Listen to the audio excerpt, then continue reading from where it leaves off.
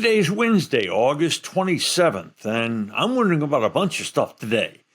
The Cowboys' final 53-man roster, the Rangers' season looking like it's at the very end, and somebody's got to explain something to me about the Pro Golf Tour.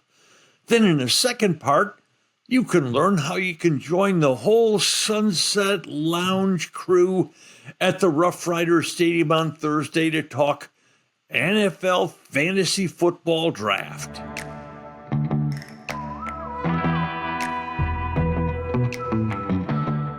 And now, a word from our title sponsor. Eyeing retirement? We aim to turn your nest egg into a paycheck with half the amount you've been led to believe. Fluent Financial combines in-house portfolio design risk management with income-generating investments designed to aid your financial independence. Our goal is to develop an effective portfolio strategy to help you retire sooner and have a better lifestyle. Fluent Financial can also implement a program that allows business owners to install a cash balance plan, which may potentially reduce income tax payments. You've worked hard to become successful. Let us help develop an effective portfolio strategy that works for you. Learn more today about Fluent Financial. Retire sooner, better lifestyle. For more information or to schedule a meeting, visit fluentfinancial.com or call 972-852-4800.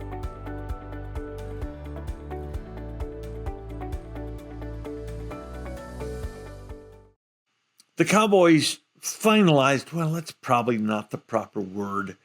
They settled their 53-man roster on Tuesday, but there'll be some more changes before the season begins. But the biggest surprise, no, that's not the proper word.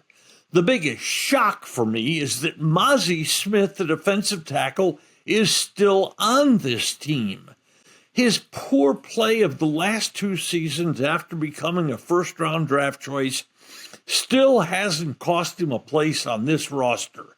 Now, I thought the Cowboys would swing some kind of tiny trade involving Smith. They did trade backup offensive lineman Asim Richards to New Orleans in a minor trade of 2028. You heard me correctly. 28 draft choices. The Cowboys sent Richards in their 7th in 28 to the Saints for their 6th in 28. But hey, at least they got something. Lots of Cowboy players will start the year on the injured list. Wide receiver Jonathan Mingo, defensive end Peyton Turner, cornerback Siobhan Revelle still recovering from an injury he suffered in the college football season last year. And DeMarvion Overshown, whose career with Dallas has been so marred with injuries, and he's trying to come back from an injury he suffered last year during the NFL season. Surprises for me on the roster. I'm stunned that Miles Sanders made the roster as a running back. I thought the Cowboys had settled on things, but the injury to Phil Mafah, who will probably be placed on the injured list later today, likely keeps a spot for Sanders on the roster. Also, I didn't think 6th-round draft choice Johnny Cornelius had done enough to make the team, but he's still one of the offensive line members left on the roster. And there were some cuts. I know it was tough for the Cowboys to make them, but the most stunning to me was Israel Mukuamu, the cornerback and safety. I thought his versatility had assured him a spot on this roster, but the Cowboys apparently thought former second-round draft choice, not their own second, but former second-round draft choice Andrew Booth had done more in the preseason to make the roster. Keeping only 5 wide receivers cost former Cowboys 7th-rounder Jalen Brooks his spot, and it was sad to see linebacker Buddy Johnson go. There wasn't any room on this club for a 6th linebacker, but he was versatile. He played special teams, and he was a pretty good-looking player during the season. The Cowboys will start this year with two quarterbacks. Now, you can say to me they start the year with only one quarterback if you'd like, but Joe Milton is the backup quarterback. If you watch the preseason, that's a very worrisome situation. Will the Cowboys try to go find another backup to Dak Prescott? Boy, after you watched Milton, you kind of wonder if they're not out there looking around right now. More changes are coming. There'll be people shuffled to the IR, and there'll be practice squads to fill out. But right now, the Cowboys have settled on their 53-man. Next, to go to the Rangers. You thought that the weekend sweep of the Cleveland Guardians had slightly reignited the possibility of a Ranger big run down the stretch to make the wild card. Now, that was always a long shot, the way they'd played the weeks and weeks after the All-Star break. But any glimmer that existed for that possibility disappeared with the announcement Tuesday that Nathan Uvalde was going on the disabled list for the year with a rotator cuff strain. Also, the shutout loss to the Angels Monday night didn't help either. This is the Rangers' situation entering the Tuesday night game. Here's their situation. They were 66 and 67. The team holding the final wild card spot was the Yankees at 71 and 60. Now, if the Yankees in their final 31 games only went 15 and 16, the Rangers would need to go 21 and 8 in their 29 final games. They had to actually win the spot. They couldn't tie the Yankees because the Yankees won the season series, which would be the tiebreaker. That possibility is so scant now, especially without Uvalde. So the next move is shut down Jacob deGrom. He's such a competitor. He wants to pitch. He's having a really good season. He wants to go out there and throw innings, but you know what?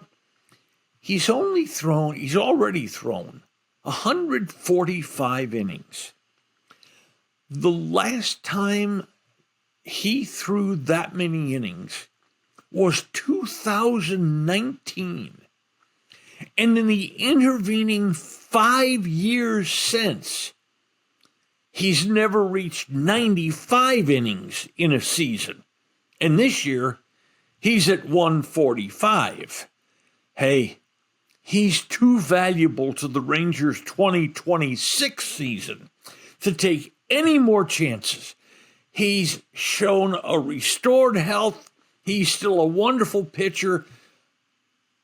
Let's say this is the last pitch he's already thrown of this season. Final note about the Rangers.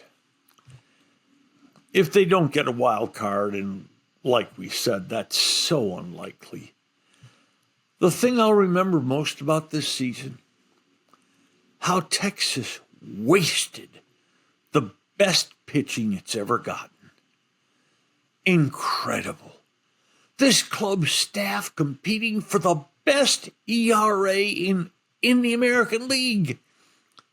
And yet that wasn't good enough to get the Rangers even the 6th wild card spot. What a shame to waste that much good pitching. Next, some notes about college football picks if you want them, and a way to see the whole crew from your dark companion to the Sunset Lounge Thursday at the Frisco RoughRiders Stadium. In 1993, Bob Samble opened the original Bob's Steak and Chop House on Lemon Avenue. 32 years later, the original Bob still greets you at the original Bob's. And now his sparkling new Bob's in Craig Ranch and McKinney has opened. Same fantastic beef and fresh seafood at these two Bob's, each run by Bob. Bob's Steak and Chop House. The first really huge college football weekend is up this weekend. And next week, the NFL starts. If you're interested in picks, college and pro, I've been doing picks on the radio for over 45 years, the picks of the poll. If you're interested in getting them this year, the cost is only $175, and that's for the entire football season and picks on the NCAA basketball tournament next March. Last year, we were a really, really solid 148 winners and 110 losers for the college and pro football seasons and for the NCAA picks. Again, the cost is $175. If you're interested, just email me at norm1310@gmail. norm1310@gmail. Finally, Thursday afternoon, the whole gang from Your Dark Companion, the Sunset Lounge, will be at RoughRiders Stadium in Frisco for the fantasy football draft night. It'll start at 3:30. You come out to the game.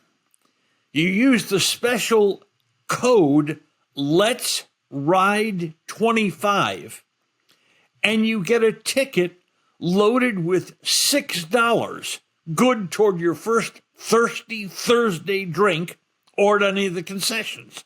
We'll all be out there talking fantasy football. I know the rest of the guys certainly have them, but I've got sleepers and stayaways and long shots and things like that. So come on out to see us starting 3:30 Thursday afternoon at the RoughRiders Stadium in Frisco. See you there. And now a word from our title sponsor. Today's episode has been brought to you by Fluent Financial, Retire Earlier, Live Better, and by Bob's Steak and Chop House on Lemon in Dallas and in Craig Ranch in McKinney. Bob's, a Dallas tradition for more than 30 years. If you've enjoyed Just Wondering, please hit follow, and a fresh new episode will land in your mailbox early every Monday, Wednesday, and Friday morning. Should you know a sports fan who might like our work, please share our contact information with that person. Just Wondering is technically directed by my wife Mary, who is also occasionally a talent on the show. It's produced by Mike Matern, edited and posted by Ashley Bullington. Thanks for listening to today's episode of Just Wondering. I'm Norm Hitzges, and know that every day I'll be just wondering about something. And I'm Mary Hitzges, and I'll just be wondering too.